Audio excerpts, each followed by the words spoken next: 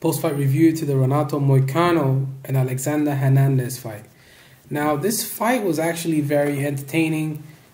Renato Moicano is a high-level black belt, and it was evident in this fight. Like, he was trying to get the submissions, and he was trying to work and trying to do all these different things. And clearly his path to victory was the wrestling. Clearly his path to victory was in the wrestling. That's clear, you know. First round, I thought it was pretty close. I thought Alexander Hernandez won that first round just because he was being more active. And even though he got taken down in the first round, he was able to get back up and dig some underhooks. He was able to get back up to his feet, dig underhooks, and avoid the back take. He avoided the back take by keeping the underhook on the right side, which is hard to do when you have a guy like that on your back, like trying to take your back. Because when he tried to get up, he went for the underhook, then he went to the position where you try to go for the takedown when you're in that position, like you're in the over-under position. And he got back up safely. You see, Moicano was on him. If Hernandez made one mistake, he would have got his back and choked him out. First round, I thought Hernandez won 10-9. Very close, though. Second round, it was clearly Moicano was slowing down, and then out of nowhere, he throws this crazy left hand, and he hurts Hernandez. Hernandez is hurt, and then Moicano basically he goes for the choke so quickly. It's like, dude, you're like really going heavy on these takedowns, and you know that's his path to victory. Clearly, I mean, but who's surprised in this fight? Like, do you guys really think that anybody's surprised that he was trying to take him down? Moicano is a very good jiu-jitsu player, and the guy was coming up from 145 pounds, so he's tiny as a motherfucker. But he just comes up to 155. I think this was his debut. He beats him up, and he's able to win the fight. Man, it was pretty cool. The fight was entertaining. I thought Hernandez did quite a bit. I feel kind of sorry for Hernandez. Hernandez has been in the promotion for a while now. He's on a losing streak, losing a lot of fights, and it's not too good. But this was entertaining. I think this was... He's supposed to get... Nah, this is definitely not submission, not fight of the night. It wasn't fight of the night. The Andrade fight was fight of the night. And the Derek Lewis fight was fight of the night. And which other fight? Not Roxanne. She didn't get the bonus. And the Derek Brunson and Jared Cannonier fight too. That was an entertaining fight. But anyways, Moicano was fighting in the lightweight division where there's a lot of wrestlers. So Islam Makhachev, do you think he can beat Islam Makhachev? No. Do you think he can beat anyone else with a good... Do you think he can beat Justin Gaethje or those are the top guys? No. Do you think he beats Dan Hooker? Maybe. Because Dan Hooker is a good striker. So Moicano, even though he's a Brazilian Jiu-Jitsu player and a wrestler, so... But, man, very entertaining. I was enjoying that fight with Hernandez and Moicano.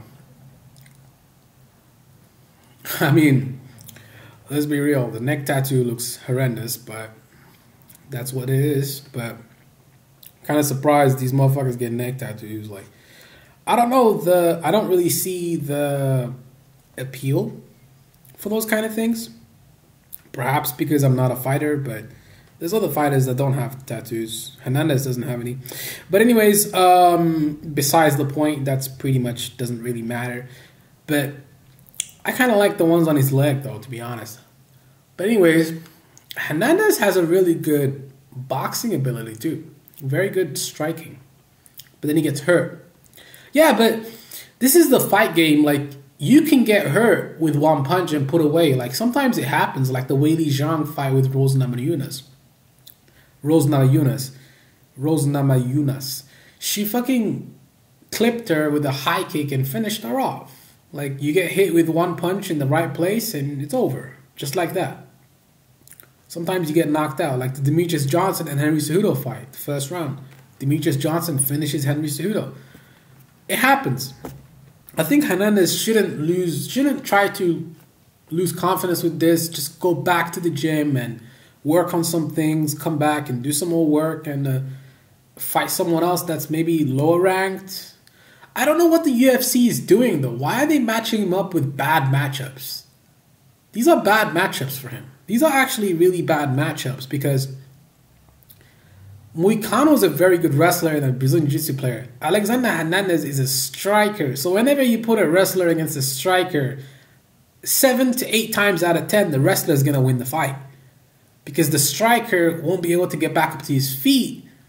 But Hernandez has some decent grappling. That's why he was able to get back up to his feet in the first round. He couldn't do that in the second round because he got clipped and hurt. When you get clipped and hurt, the gas tank goes out the window, technique goes out the window, everything goes out the window, and it's over because you're hurt.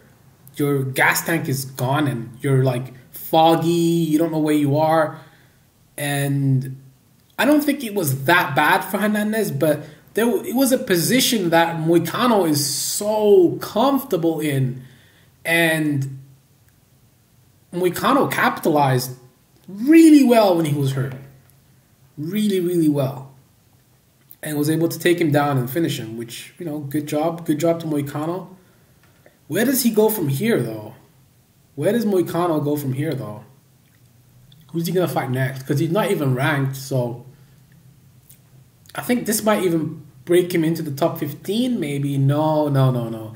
Lightweight is like one of the most competitive divisions in the UFC. Like, dude, he's not going to be able to beat no fucking Islam Makhachev or Dustin Poirier or those other guys. What is he? Oh, yeah, and did you guys... I saw his post-fight interview, and he was like, Moicano wants money. Moicano wants money. And he brought his coaches in, and he was like, oh, nobody give a shit about these guys. Like, damn, I mean, damn. That's, like, super sad that nobody cares about. Nobody cares about the Brazilian athletes in Brazil. Probably because they're athletes. And he brought his coach and he was like, oh, this guy's the best in the planet with jiu-jitsu, but nobody gives a fuck. He doesn't get paid, no money. And he was like, oh, I love America because they respect athletes and pay them. But, like, dude, stop complaining. Get in there and fight. The fact that he even asked for the fight of the night, too aggressive. Like, you did too much. I think if he kept his mouth shut and didn't say anything, he possibly even could have got the bonus, to be honest with you. Because Dana White's petty like that. He's very petty. So if someone tries to make him do something, he's going to go the other opposite direction. Unless it's like undeniable, like Jared Cannonier. He's undeniable for a title shot. He's undeniable. There's no question about it. But anyways, guys, thanks for watching. Make sure to like, comment, and subscribe. And I'm out. Peace.